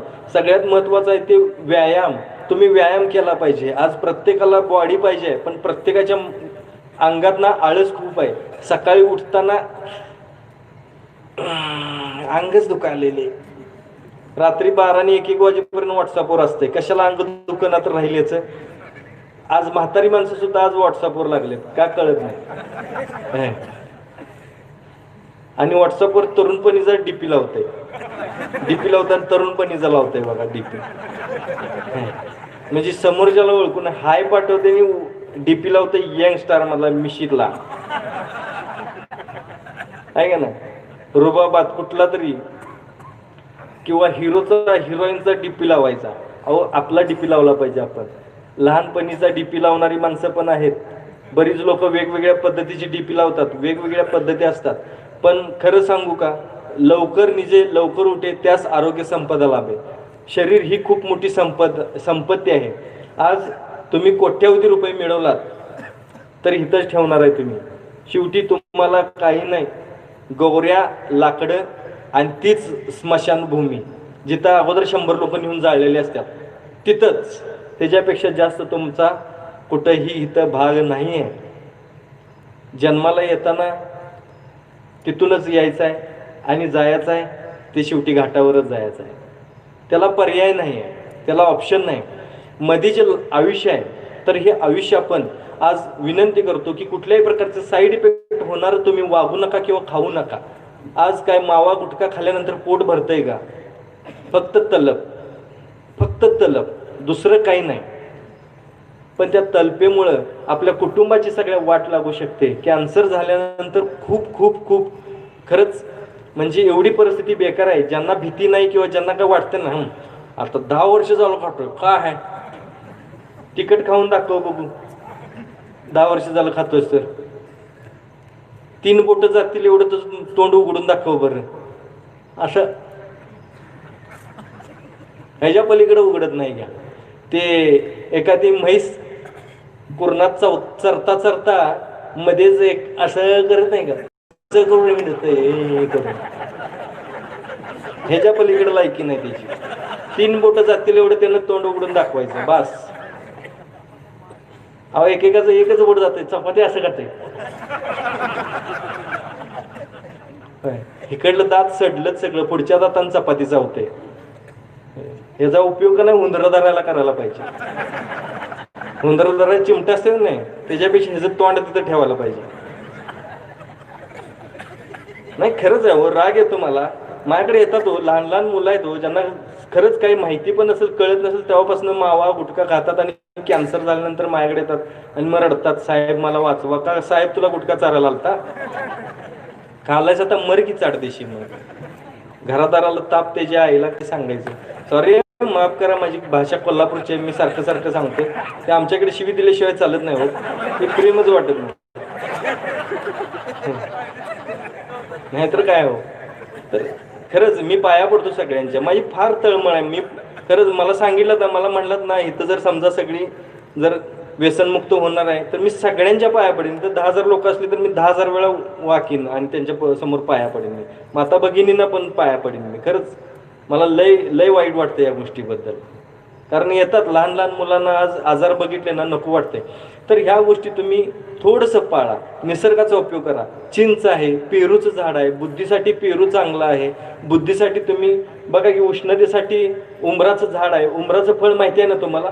उंबराच्या फळाचा फार उपयोग होऊ शकतो. लहानपणी आम्ही ती उंबरं तोडायची आणि ते त्यातली छोटी छोटी पाखरं असतात बघा, ती उडून गेली की आम्ही ते खायचं. काही वेळा पाखरांसकट गिळायचं, हाय गे करायचं नाही. हां, आणि आमची आजी म्हणायची ते तसंच खायचं म्हणजे डोळ्यांसाठी चांगलं असतंय. आता काय बघायलाच नको, आता ते लईच लांब गेलं. आता चिकनवर दणका असतोय आणि चिकन खाऊन खाऊन उष्णता सकाळी अवघड होते ना, ते बाहेर येत नाही. कोंबडी ओरडल्याशिवाय बाहेर येत नाही. तर खरंच विनंती आहे, झाडांचा उपयोग बघा, प्रत्येक फळाचा उपयोग बघा. सिजनेबल फळं खाल्ली पाहिजेत आपण आरोग्य चांगलं ठेवण्यासाठी, निरोगी राहण्यासाठी. ज्या ज्या सीझनला जी आज ऊस खाणारी मंडळी किती आहेत सांगा? तुमच्याकडे ऊस तुमच्याकडे ऊस आहे ना? मग ऊस खाणारी, पूर्वी लहानपणी ऊस खाणारी माणसं किती होती? आत्ताची मुलं किती खात्यात? ऊस खात्यात काय? किती खात्यात सांगायचं? आत्ताची मुलं कोण ऊस खात्यात? लय कमी. आम्ही एवढं बुडकं काढायचं नाही, असं लांबडी चुई काढून आणि त्याला, आहे का नाही? तर ती मजाच वेगळी असायची. आम्हाला लहानपणी काही मिळायचं नाही म्हणून ते ऊस सुद्धा आम्हाला खूप, पण एनर्जी चांगली असायची. त्या ऊसातून मिळणारी एनर्जी चांगली असायची, ऊसातून मिळणारा तो रस. आज बघा की गोड जास्त खाऊ नको, गुळ जास्त खाऊ नको. अहो, गुळ शेंगांसारखं दुसरं पुरुषांसाठी औषध काय नाही. प्रत्येक जण आज बघा की कमी वयात म्हातारी झालेली माणसं आहेत, कमी वयात म्हातारी झालेली. पूर्वी जर पाहुणे आले, उन्हातानातून आले, तर गुळ आणि पाणी द्यायचे त्यांना. आधी गुळाचा खडा खायला लावायचे, मग पाणी द्यायचे. गुळ शेंगा असं, शेंगदाणे असायचे ना, गुळ आणि शेंगदाणे असायचे का नाही? पूर्वीची लोक गुळ शेंगा खायचे. आता कोण खातंय गुळ शेंगा? अजिबात खात नाही. गुळ आणि शेंगा खाल्ल्यानंतर पुरुषांसाठी खरंच कमी वयात म्हाताऱ्या झालेल्या माणसांनी लक्षात ठेवा, समजून घ्या मी काय सांगायला लागलोय ते. त्यांनी गुळ शेंगा खायचं, कॅल्शियम खूप वाढतंय. बऱ्याच लोकांना सवय असते शेंगदाणे भाजून घ्यायचे, भाजून शेंगदाणे खायचे नाही, पित्त वाढतंय. हां, मग कॅल्शियम वाढत नाही, मग तेव्हा पित्त वाढतंय. कच्चे शेंगदाणे सगळ्यात बेस्ट. कच्चे शेंगदाणे असेल तर त्याच्यात बघा दूध असतंय आणि ते जर भाजले तर त्या दुधाचं तेल तयार होतंय आणि त्याच्यामुळे मग पित्त वाढतंय. म्हणून शक्यतो कच्चे शेंगदाणे आणि गुळ खायचं, खूप उपयोग होतो. महिलांना मी विनंती करतो, आई महालक्ष्मीचं मेन खाणं काय माहिती आहे का तुम्हाला? काळ्या पाटीचे फुटाणे, काळे फुटाणे असतात माहिती आहे ना? ते असं काढल्यानंतर फुलं निघून जातात बघा. तर कंबर जर चांगली राहावी अशी वाटत असेल तर ते काळे फुटाणे खायचे. तुम्हाला काळ्या फुटाण्यांचं महत्त्व माहिती नसेल, आमच्या कोल्हापूरला जर आला तर काळ्या फुटाण्यांचं महत्त्व तुम्हाला लगेच समजेल. बघा, देवाच्या ठिकाणी शक्यतो कोण असतात ना, देवीचं जिथं जिथं असतंय तिथं काळे फुटाणे असतात की नाही? असतात की नाही? का असतील बरं? केलाय विचार कधी तुम्ही? तर काळ्या पाटीचे फुटाणे जे असतात, तर ते फुटाणे खाल्ल्यानंतर पहिली गोष्ट म्हणजे प्रत्येक स्त्रीची कंबर ठीक होते, प्रत्येक स्त्रीचे गुडघेदुखीचे प्रॉब्लेम निघून जातात. काळे फुटाणे खाल्ल्यानंतर मासिक पाळीतले सगळे त्रास निघून जातात. जे बऱ्याच माता भगिनींना मासिक पाळीमध्ये त्रास होतो ना, अंगदुखीचा किंवा अगोदर पोटात दुखण्याचा प्रकार जो होतो, किंवा पाळी येऊन गेल्यानंतर जो विकनेस येतो, माफ करा थोडं उघड सांगतो, पण जो विकनेस येतोय तर तो विकनेस सुद्धा घालवण्याचं काम हे चणे, हे फुटाणे करतात. म्हणून ते खाल्ले पाहिजेत. किती खातात मग आज? तर हे माहिती समजून घ्या की देवाच्या जवळ काय असेल. आता बऱ्याच देवाच्या ठिकाणी चुरमुरे असतात बघा, माहिती आहे ना? काय म्हणतात तिकडे त्यांना? हा, मुरमुरे असतात. तर ते का खातात बरं? का असतात तिथं? तुम्ही जर रोज समजा एक बाउल भरून जर मुरमुरे खायला लागलात तर तुम्हाला कुठल्याही प्रकारचा थकवा जाणवणार नाही, कुठल्याही प्रकारचा दम लागणार नाही. रोज रात्री जर मुरमुरे खाल्लात ना तर तुम्हाला पित्ताचा त्रास टोटली निघून जातोय त्याच्यातून. एक बाउल भरून खायचं बस, जास्त खायचं नाही. आणि दुसऱ्या दिवशी तुम्ही उठल्यानंतर पळत सुटायचं. बघा, तुम्हाला थकवा येणार नाही, तुम्हाला आळस येणार नाही. आणि ते चणे फुटाणे खाल्ल्यानंतर ना तुम्हाला पण आळस येणार नाही, माता भगिनींना आळस येणार नाही, कंटाळा येणार नाही. बघा की वजन कमी करण्यासाठी, पोट कमी करण्यासाठी रोज बाई म्हणते उद्या सकाळी मी जाणारच, पण दोघी तिघी बायका सोबत असल्याशिवाय म्हणून काय बाई जाईत नाही. कुठंतरी दरोडा घालायचं असल्यासारखं ते जमायचं. आणि शांता चल की ग, पारू चल की ग. आता शांता पारू काय नावं राहिलेलं नाहीत घ्या. पूर्वी असायचं, पूर्वी होतं बघा ते शांताबाई, पारूबाई. आत्ताच्या मुलींची नावं आहेत का असे? आत्ताच्या मुलींची नावं वेगळी आहेत, मुलांची पण नावं वेगळी आहेत. मुलांची नावं अशी आहेत की आपल्या मुलाचं नाव आठवायसाठी ते यार काय ते हे अरे ते हे रे असं करावं लागते. काय तुझं नाव काय आहे की अरे ते, आणि समोरचं बी एवढं असतं की नाही सगळ्या गावाची नावं घेते की त्याचं नाव घेत कोण ते. अरे नाही का ते जरा जरा दाढी उगवले ते कोण ते आमका नाही रे ते तिथं राहतोय बघ. मग कोण तमका नाही रे ते ते ते नाही का ते लुंगीवरती आलतं बघ. हा मग ते प्रद्युम्न तुझ्या आईला त्यो म्हणजे घेणार पण अशी नावं घेते की नाही. ते पक्या काय, ते शिरप्या काय, ते महिप्या काय. आता ह्याला बी प्रद्युम्न लवकर आठवत नसते हो. म्हणून मग ते म्हणते ते शेवटी म्हणते हा ते प्रद्युम्न, हा हा ते ते आणि ते आजीने एखाद्या प्रद्युम्न म्हणायचं झालं जिच्या तोंडात दात नाही तिनं काय म्हणावं आणि कसं म्हणावं ह्याचा विचार आहे का? तिच्या तोंडाचं बोळक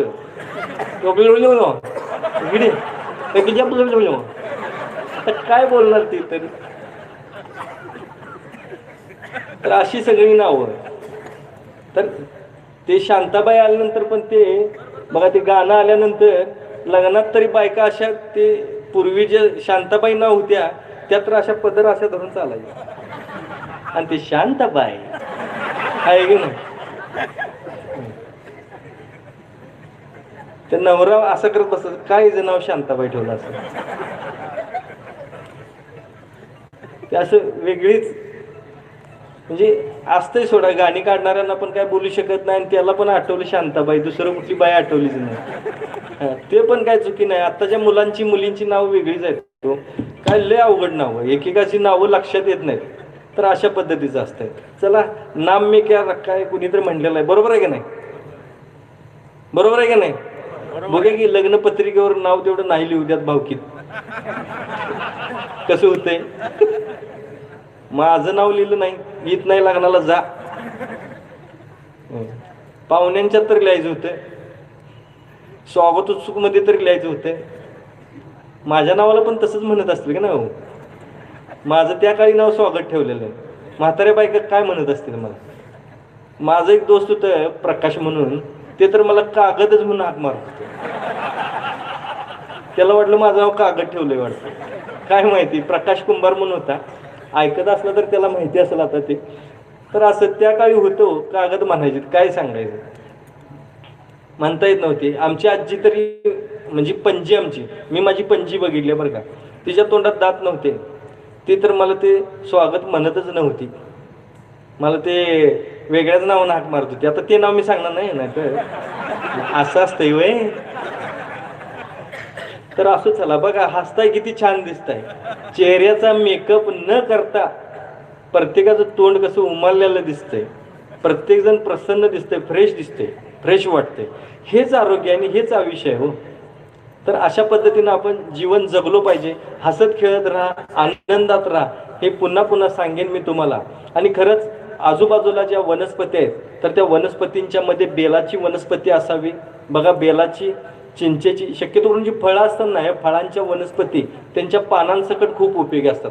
करंजीची वनस्पती जी असते, करंजी माहिती आहे ना तुम्हाला, करंजीची वनस्पती जी उन्हाळ्यात खूप हिरवी असते उन्हाळ्यात, तर हिचा उपयोग आपल्याला उष्णतेसाठी खूप होतो. करंजीची 2 पानं जर तुम्ही चावून खाल्लात तर तुमच्या शरीरातली उष्णता 10 ते 15 मिनिटांमध्ये कमी यायला लागते.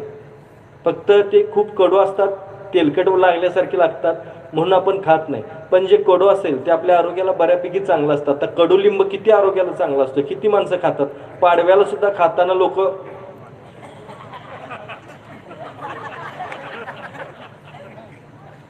तोंड वाकडं करून खाते, तरी नशीब त्यात गुळ घालतात. बरेच लोक काय काय डाळ घालतात, पण ते काय घालून सुद्धा ते इकडे टाकायचं, असं पण करणारी माणसं असतात. पण कडुलिंब, कडू कारलं किती चांगलं असतंय बघा. म्हणजे आरोग्यासाठी जे चांगलं आहे ते आपण घेत नाही. आपल्याला गोड गोड फार आवडतं, पण गोड खाल्ल्यानंतर पण शुगर होते असं नाही आहे बरं का. जास्त गोड खाल्ल्यानंतर, गोड खाल्ल्यानंतर उष्णता जास्त वाढते.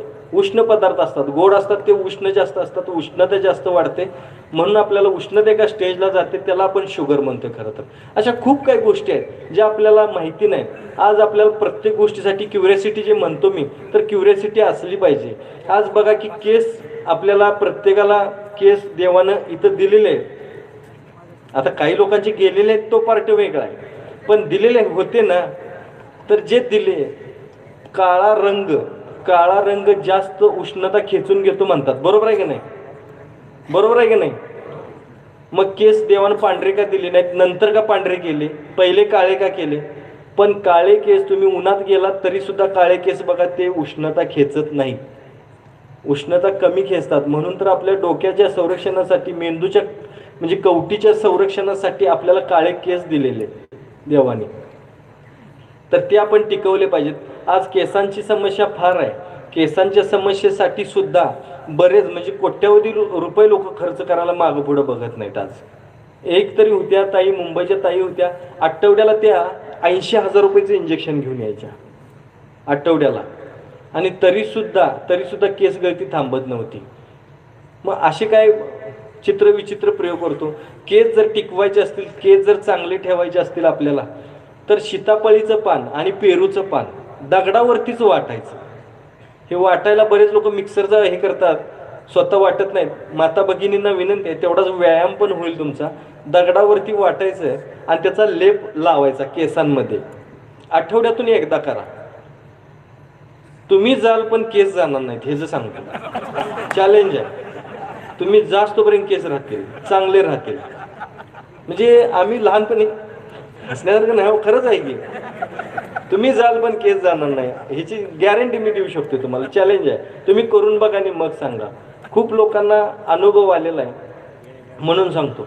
आता त्या म्हणून म्हणतो ना मी की वनस्पती ज्या असतात, ज्याला फळं चांगली लागतात, ते बघा म्हणजे म्हटलेलं आहे की शुद्ध बीजा पोटी फळे रसाळ गोमटी. तर ही जी फळं आहेत ना, फळं आणि फळांची जी बीजे किंवा ज्या बीजापासून जी फळांनी जी झाडं येतात, त्या झाडांचा पुरेपूर उपयोग असतो. ज्या पद्धतीने नारळाला आपण कल्पवृक्ष म्हणतो, तसं प्रत्येक झाडाला म्हणलो पाहिजे आपण, कारण निसर्गात एवढा आहेच आहे. आता सीताफळाचं जसं आहे, सीताफळाचे पण फार महत्त्व आहे. तर मसल्स जर स्ट्रॉंग करायचे असतील तर तुम्हाला सिजनेबल जे सीताफळ येतात ही खाणं खूप गरजेचं आहे. बघा तुमचे मसल्स वीक होत नाहीत, खूप चांगले राहतात. मेन म्हणजे कसं आहे की सीताफळ खाल्ल्यानंतर शरीरामध्ये आपलं कॅल्शियम चांगलं होतं. बऱ्यापैकी शरीरामध्ये आपल्या जे पुरुषांना जो विकनेस असतो, तर तो विकनेस काढण्याचं काम सीताफळ करत आहे. आणि स्त्रियांचा विकनेस काढण्याचं काम जर कुठलं फळ करत असेल तर ते आहे उंबर. उंबर तुम्ही खाल्लं पाहिजे. उंबर खाल्ल्यानंतर बघा की स्त्रियांच्या मधला विकनेस निघून जातोय. आज खूप फळ आहेत अशी सांगण्यासारखी. आज जर बोलत बसलो तर रात्र निघेल एवढी फळं मी सांगू शकतो. सफरचंद स्त्रियांसाठी सगळ्यात बेस्ट. चिक्कू पुरुषांसाठी. पुरुष चिक्कू किंवा कंजूस नसतात, पण त्यांनी चिक्कू खाल्ला पाहिजे. चिक्कू खाणं खूप पुरुषांना गरजेचं आहे. स्त्रियांना जसं सफरचंद खाणं गरजेचं आहे. सफरचंदमधून कसं आहे की तुमचा HB जर कमी असेल, म्हणजे हिमोग्लोबिन वगैरे कमी असतंय किंवा रक्ताची कमतरता भरून काढण्याचं काम सफरचंद करते. सफरचंद हे असं हे आहे की विंचू चावल्यानंतर त्याचं विष एका मिनिटाच्यात काढून टाकते. सफरचंद खाल्लात ना, विष निघून जाते. खरोखर तुम्ही आता विंचूच राहिले नाहीत, सोडा चावायचा प्रश्न नाही, पण तरीसुद्धा पूर्वीसुद्धा बघा की साप चावल्यानंतर ह्याच्यात घेऊन जायचे, कुठं देवळात घेऊन जायचे आणि कुठला तरी पाला खायला द्यायचे. काय देत असतील बरं ते? एरंड असते ना आपल्या, ज्याला आपण काय उपयोग नाही म्हणतो, तर त्याच्या कोवळी पानं आहेत ना, ती चावून खायला द्यायची. बघा त्या साप लूज मोशन आणि उलटी होते, त्याच्यातून सापाचं विष निघून जाते. तर ह्या गोष्टी करू शकतो आपण. खूप काही गोष्टी आहेत. आता समजा आपल्याला एखादी माशी चावली, मधमाशी असो किंवा गांधील माशी असो, तिचा बघा तो डंक राहतो, काटा राहतो ना, तर लिंबू घ्यायचं, त्याच्यावर सैंधव मीठ टाकायचं. ती सूज खूप आलेली असते बघा, तर त्याला ते चोळायचं, कुठेही चावू दे तिथं चोळायचं आणि 10 मिनिटामध्ये तुमची सूज उतरून जाते टोटल. बऱ्याच लोकांना मधमाशा चावल्यानंतर अक्षरशः ताप येतो, विकनेस येतो, कणकण येते, तर हे सगळं घालवण्याचं काम ते लिंबू आणि मीठ करते. आता पूर्वी पण सांगायचे बघा की कावीळ झाल्यानंतर गोड खायला, काकवी प्यायला सांगायचे, रस प्यायला सांगायचे, उसाचा रस प्यायला सांगायचे. तर कावीळ झाल्यानंतर सुद्धा आपण खूप काही करू शकतो. जर समजा तुम्ही नारळाचं दूध पिलात तरी सुद्धा कावीळ कमी येते. तुम्ही ताक पिलात, ताक असतंय आपल्या घरी पण ते एकदम पातळ करायचं, हे ताक पिल्यानंतर सुद्धा कावीळ कमी येते. बऱ्याच लोकांना लिव्हरला प्रॉब्लेम येतात, तर हे जर आपल्याला यूज नाही असं वाटत असेल तर तुम्ही ताक नक्की प्यायला पाहिजे. ताक प्यायचं, उन्हाळ्याच्या दिवसात ताक प्यायचं, थंडीच्या दिवसात माणसं ताक पितात.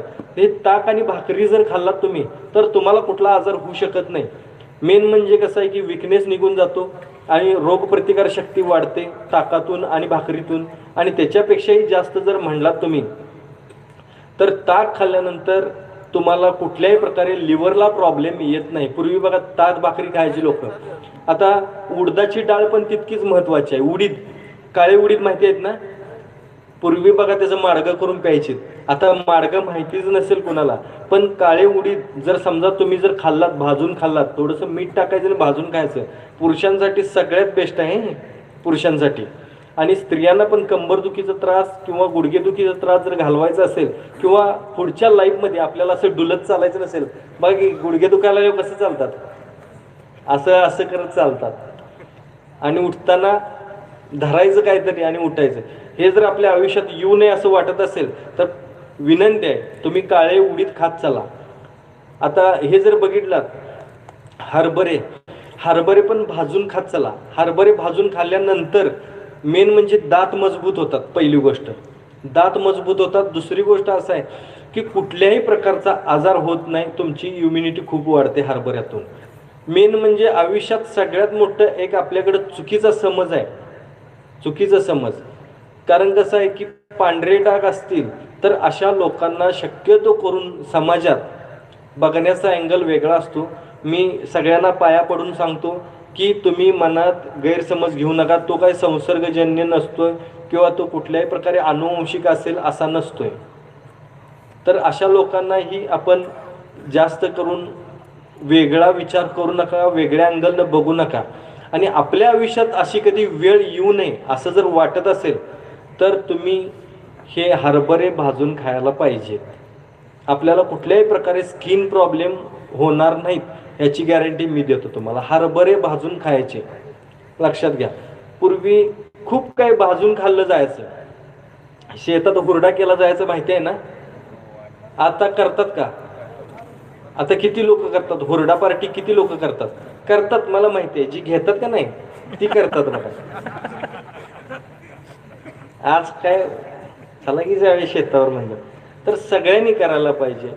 पूर्वी बघा म्हणजे त्याच्यावर आठवलं हुरडा पार्टी थंडीच्या दिवसात जास्त करतात. थंडीच्या दिवसात फार मजा असते बरं का. थंडीच्या दिवसात चहा पिणाऱ्यांची फार फार मजा असते. म्हणजे चहा पिताना असं ग्लास असा धरतात, चहा पिताना धरतात की नाही. आणि खेडेगावात शेकणाऱ्यांची पद्धत लय असते.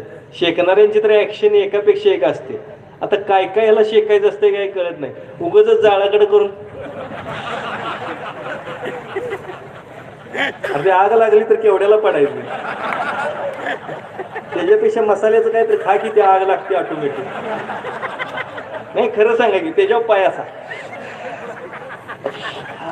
पायावली केस जळून जातात. बऱ्याच लोकांचं झालं का नाही सांगायचं खरं. खूप लोक असतात शेकताना शेक की सर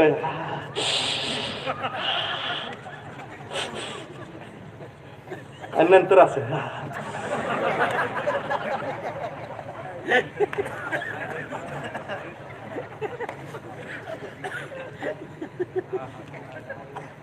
अंगवली पाय. एक एक जण बसून शेकत असं नाही, असं असं करते. एकदम झळ आली की भुवया जाळल्या. कांच्या चिनाच त्याच्या आईला ते नाही, कांच्या चिना भुवया जळतात लगेच. चला असो, पण हसत खेळत ह्या गोष्टी करत चला. आनंद खरोखर वाटेल तेवढा वाढत जातोय. हसत खेळत राहा, हसलं पाहिजे, आनंदात राहिलं पाहिजे एवढंच सांगतो.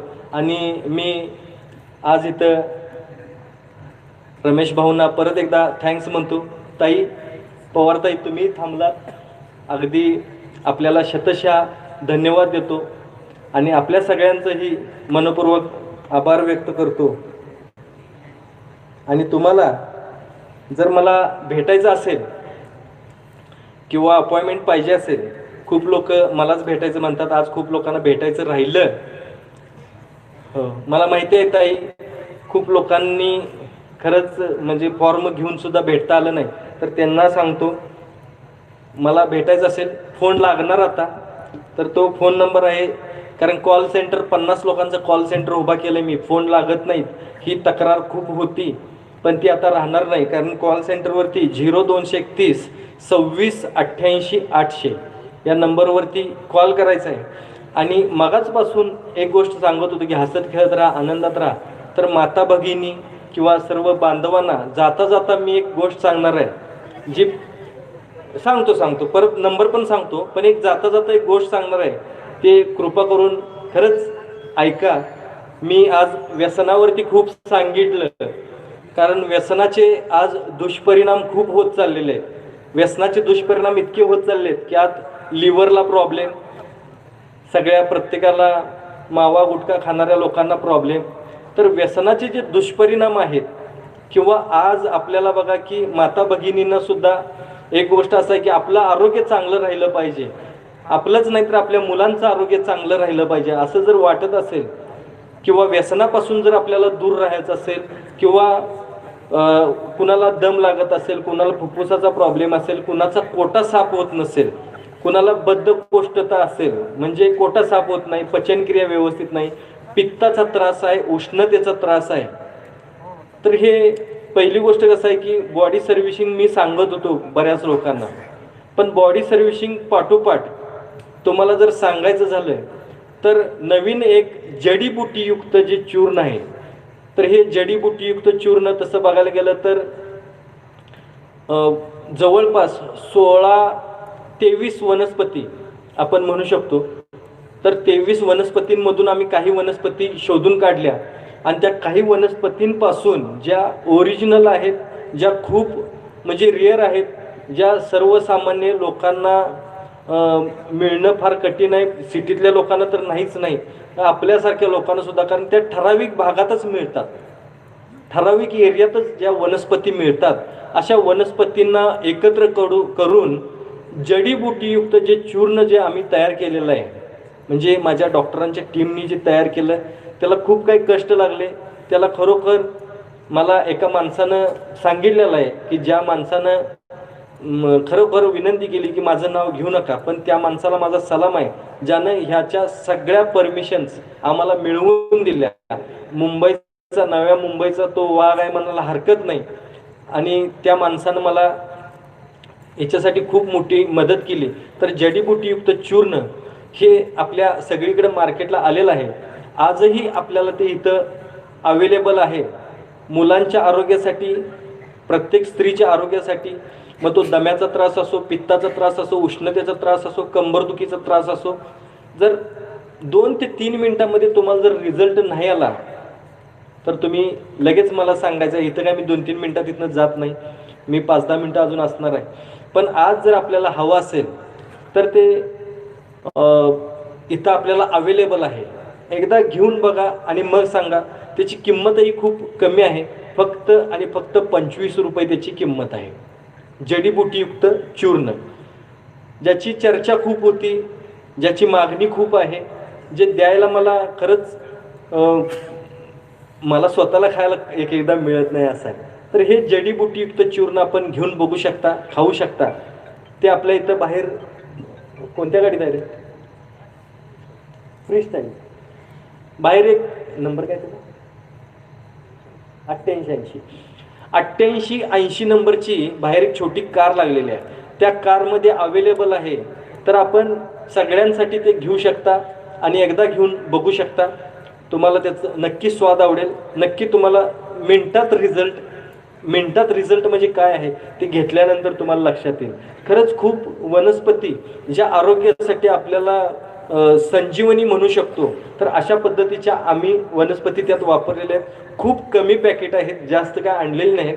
ज्यांना ज्यांना आवश्यकता आहे त्यांनी आपल्यासाठी आपल्या कुटुंबासाठी ते घेऊन जाऊ शकता. एवढं बोलतो आणि आपल्याला नंबर पुन्हा एकदा सांगतो की 0231 26 88 800 या फोन नंबरवरती फोन करा. भेटायला हरकत नाही आणि जडीबुटीयुक्त चूर्ण घेऊन जाऊ शकता. पुन्हा एकदा सर्व मान्यवरांचे आभार व्यक्त करतो आणि थांबतो. थँक्यू, धन्यवाद.